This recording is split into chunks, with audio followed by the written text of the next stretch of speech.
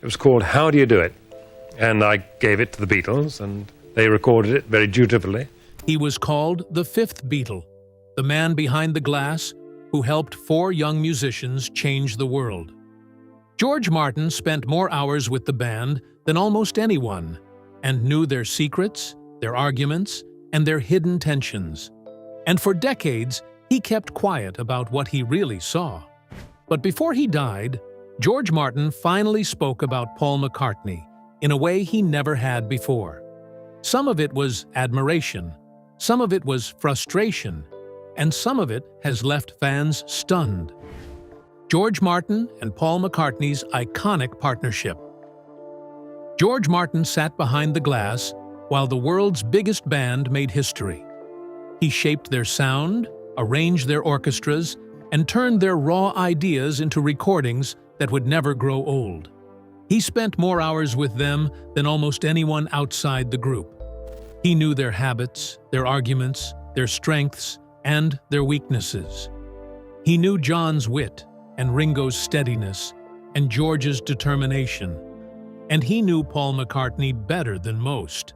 So when George Martin finally spoke about what really happened inside those studio walls, what he revealed about Paul caught even the biggest Beatles fans off guard.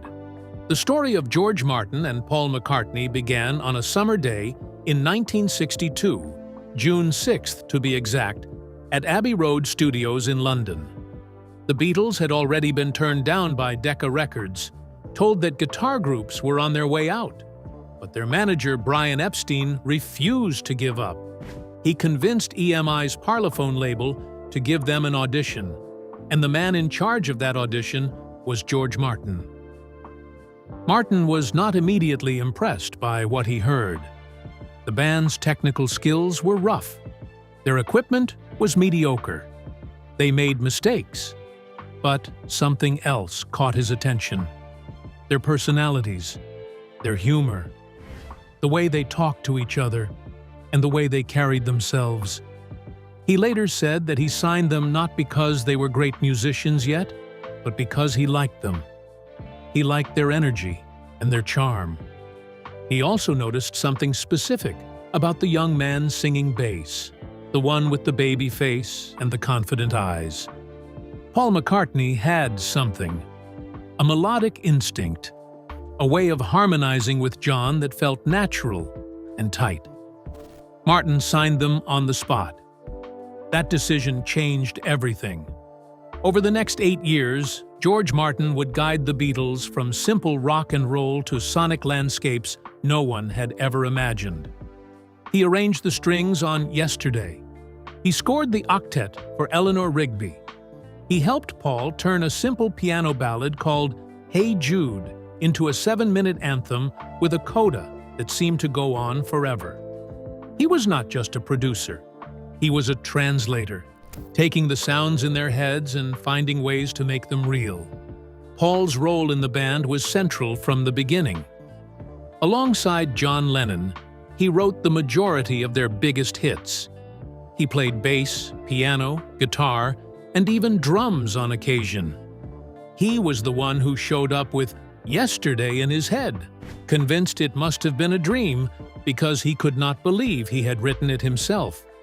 He was the one who pushed for Sgt. Pepper's Lonely Hearts Club Band to be a concept album, a complete work, rather than a collection of songs.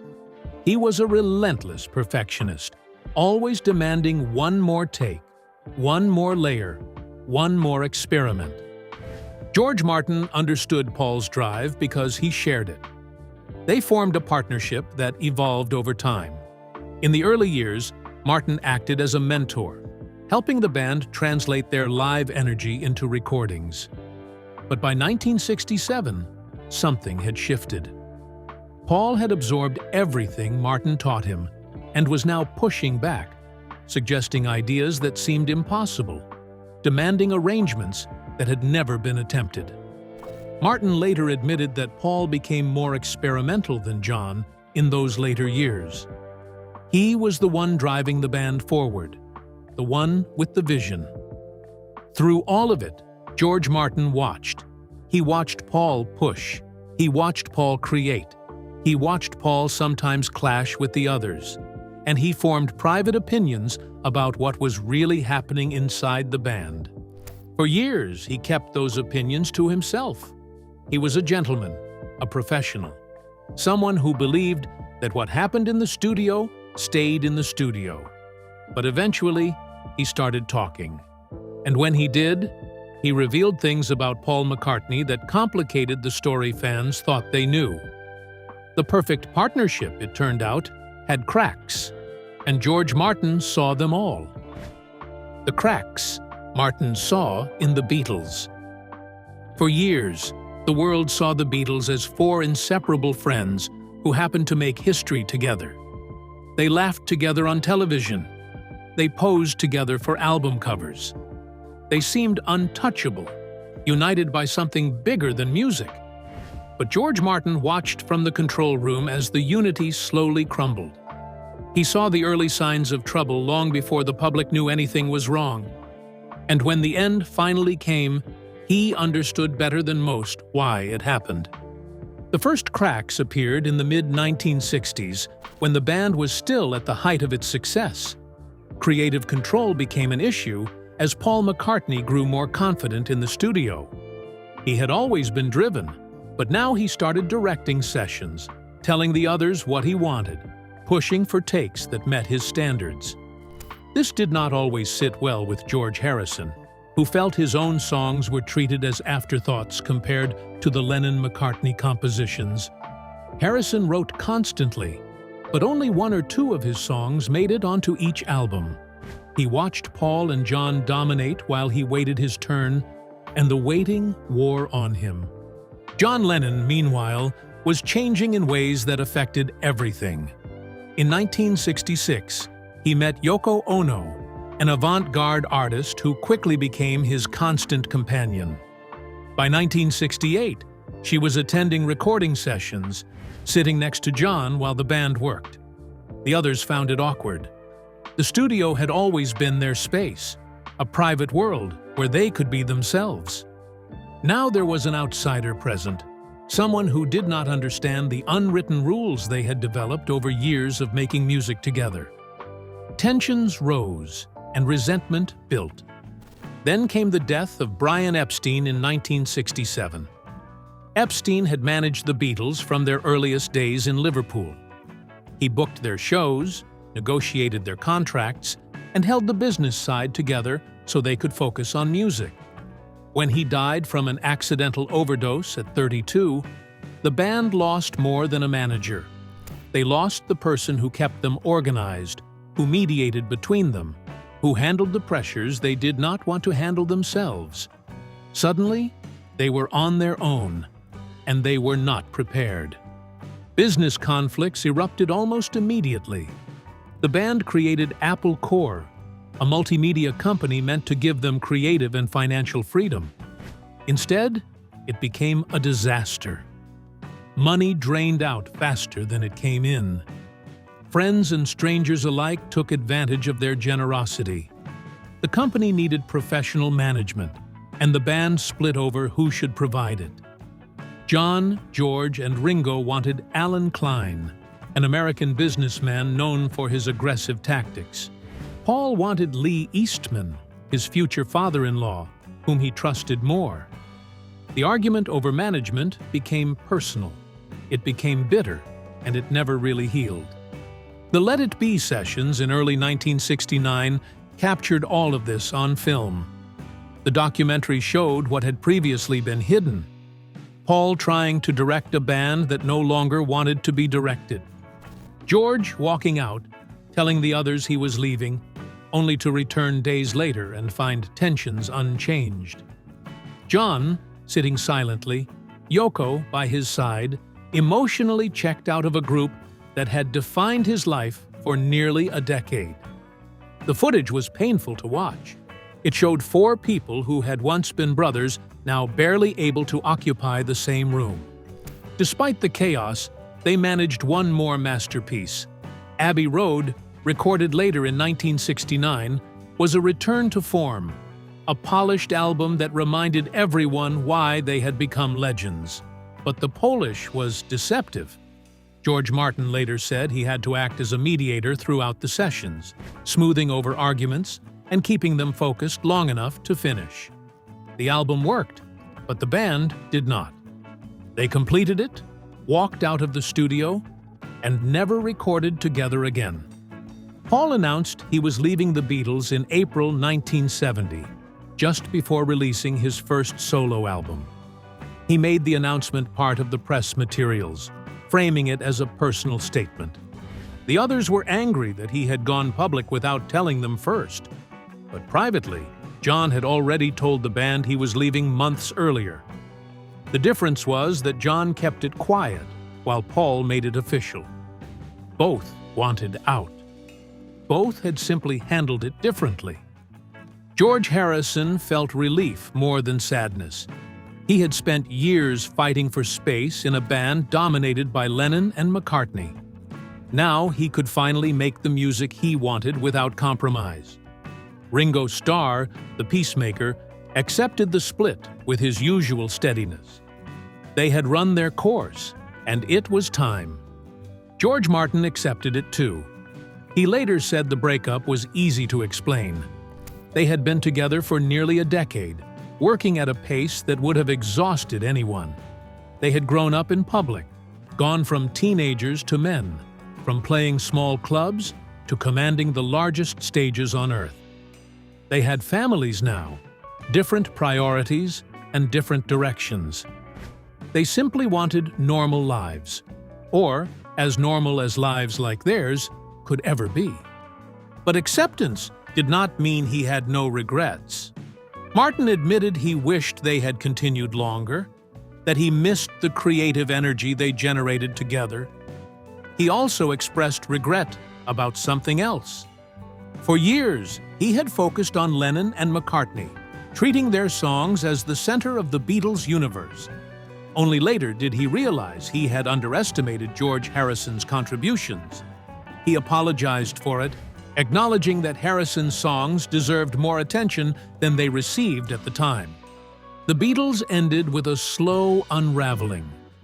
Personal differences, business disputes, creative divergence, and simple exhaustion added up until the thing that held them together no longer outweighed the things pulling them apart. George Martin watched it happen in real time. He saw the cracks widen until the foundation crumbled.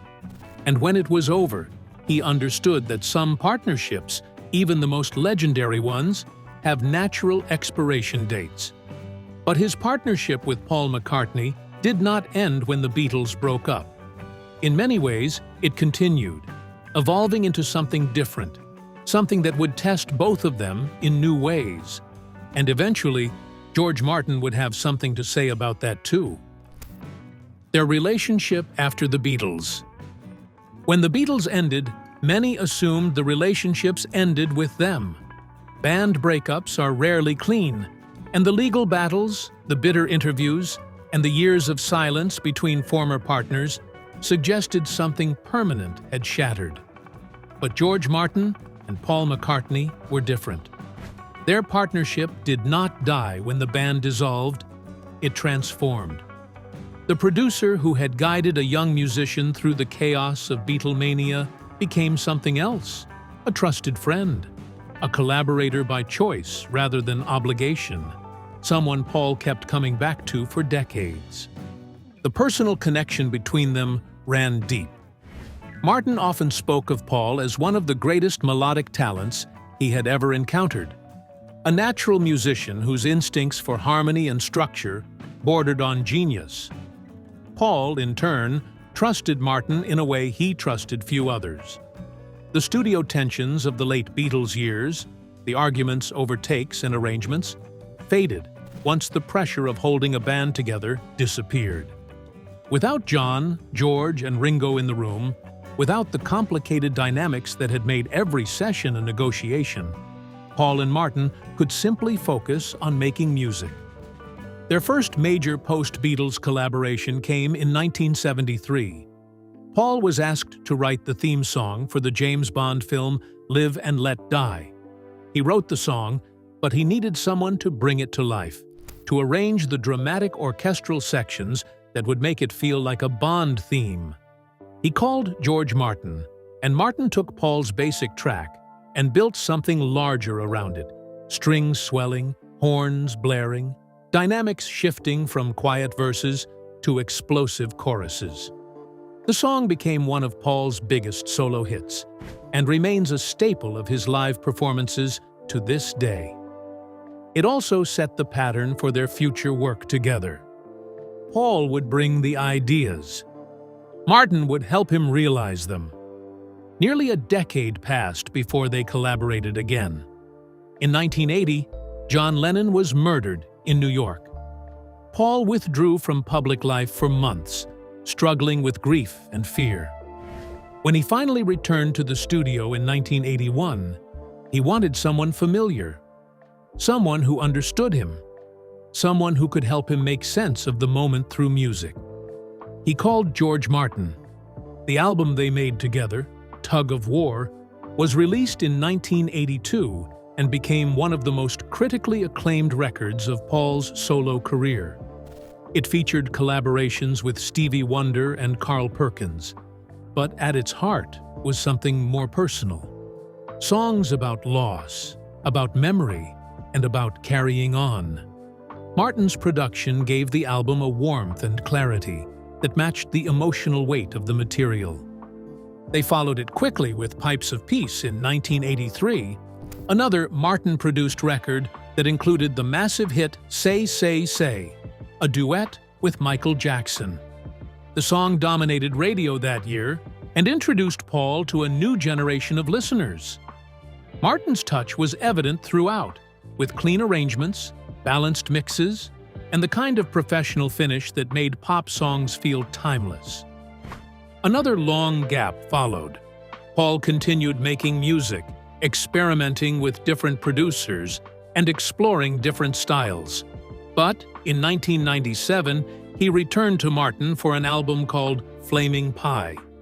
The record was partly inspired by the Beatles' anthology project, which had brought Paul back into contact with the music he had made as a young man. Working with Martin again felt natural, like coming home. One track in particular stood out to the producer. Some days, a quiet, melancholy song struck Martin as something special. He called it a modern classic, admiring its simplicity and emotional depth. The song did not become a hit single, but it showed him that even after all those years, Paul could still surprise him. The dynamic between them had shifted significantly since the Beatles' days. Back then, Martin was the adult in the room, the trained musician who knew how studios worked, the one who translated the band's raw ideas into finished recordings. He mediated arguments between Paul and the others. He kept sessions moving when Paul's perfectionism threatened to derail them. After the Beatles, that dynamic changed. Paul no longer needed a mediator. He had decades of experience, complete creative control, and the confidence that came from being one of the most successful artists in history. Martin's role became more focused. He was there to add refinement, to bring orchestral sophistication, and to serve as a trusted second pair of ears. The pressure was gone. The arguments were gone. What remained was respect between two men who had known each other for most of their adult lives, still finding reasons to work together. And through it all, George Martin watched Paul evolve. He saw the young man with the melodic instincts become a legend in his own right. He saw the student become the master.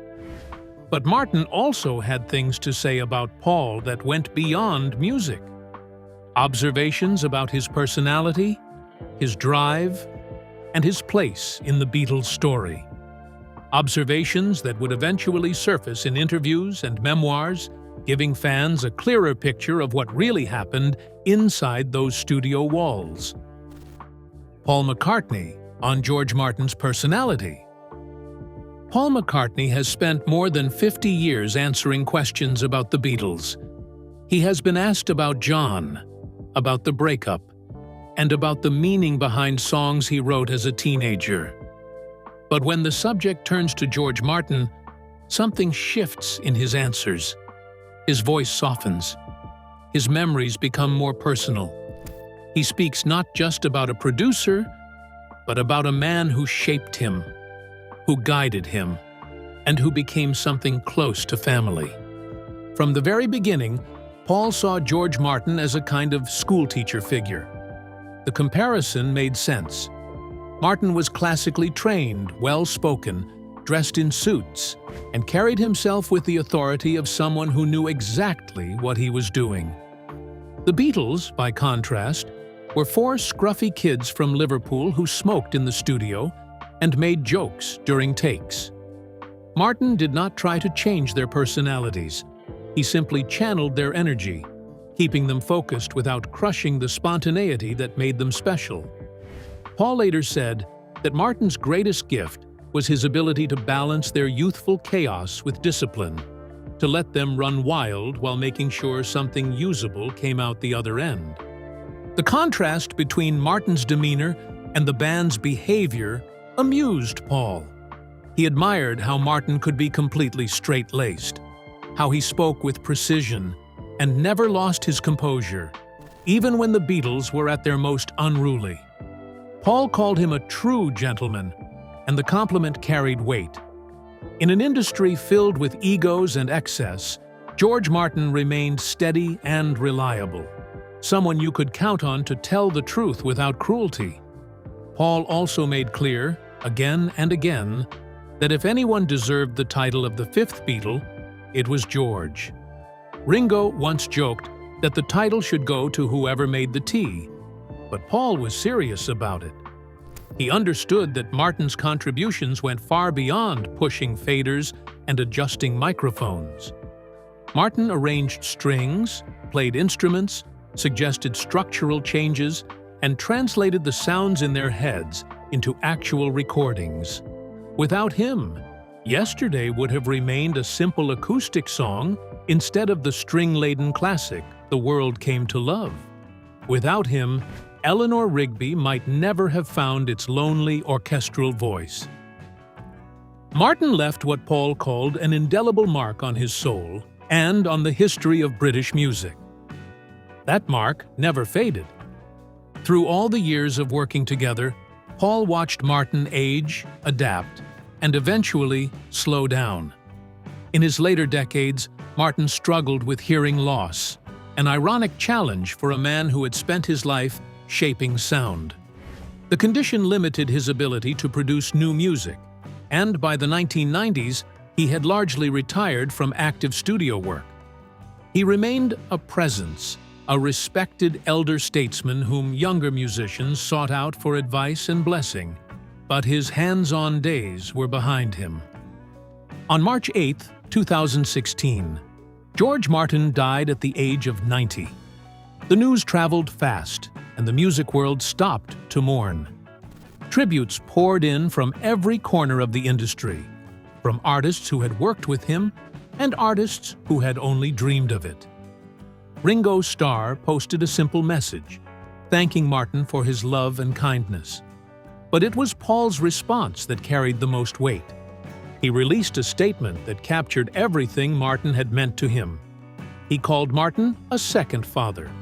He said the world had lost a truly great man who left an indelible mark on his soul and the history of British music. He spoke of Martin's gentle nature, his calm authority, his immense influence on everything the Beatles had become.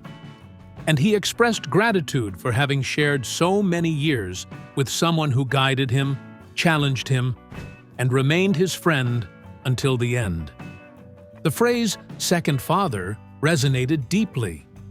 Paul had lost his own mother when he was 14, a trauma that shaped him in ways he still discussed decades later. To call anyone a second father was not something he did lightly. It meant that Martin had filled a space that had been empty since childhood, that he had provided not just professional guidance, but something closer to paternal care. But before he passed, George Martin also had things to say about Paul.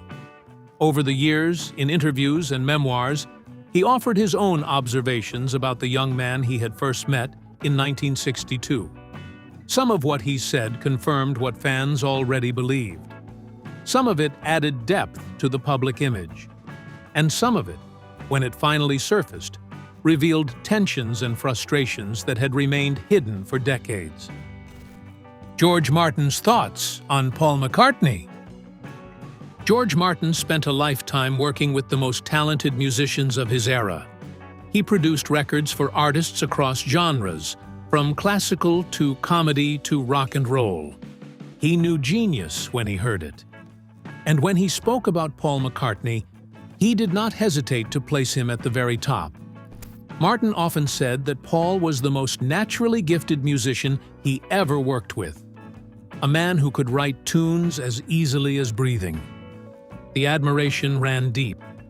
Martin marveled at Paul's versatility, the way he moved between bass and piano and guitar and vocals without ever seeming to struggle. Most musicians specialize. Paul seemed capable of anything. Martin watched him walk into the studio with yesterday fully formed in his head, convinced he must have heard it somewhere else because it felt too perfect to be original. He watched Paul sit at a piano and turn simple chord progressions into songs that would be played for centuries. He saw in Paul something rare, a natural instinct for melody that could not be taught and could not be faked. Martin also noticed that Paul was more experimental than people gave him credit for. The popular image of the Beatles often placed John Lennon as the avant-garde one, the risk-taker, and the one who pushed boundaries. But Martin saw things differently. He saw Paul pushing for orchestral innovations on songs like Eleanor Rigby, demanding arrangements that had never been attempted in pop music. He saw Paul experimenting with tape loops and reversed sounds and orchestral crescendos. John's experimentation was often lyrical and conceptual, but Paul's was musical, structural, and embedded in the very fabric of the recordings. But admiration did not mean the relationship was always easy. Martin was honest about the frustrations of working with someone as driven as Paul McCartney. The perfectionism that produced masterpieces also produced exhaustion. Martin recalled sessions where Paul demanded take after take after take, never satisfied, always believing the next attempt would be the one. This was manageable when the rest of the band was engaged, but it became harder when the others grew tired of repeating the same parts, while Paul chased an ideal only he could hear. Martin also noted Paul's tendency to dominate.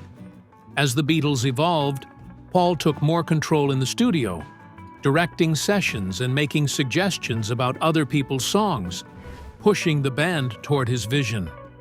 This created tension, particularly with George Harrison, who felt his own compositions were treated as lesser.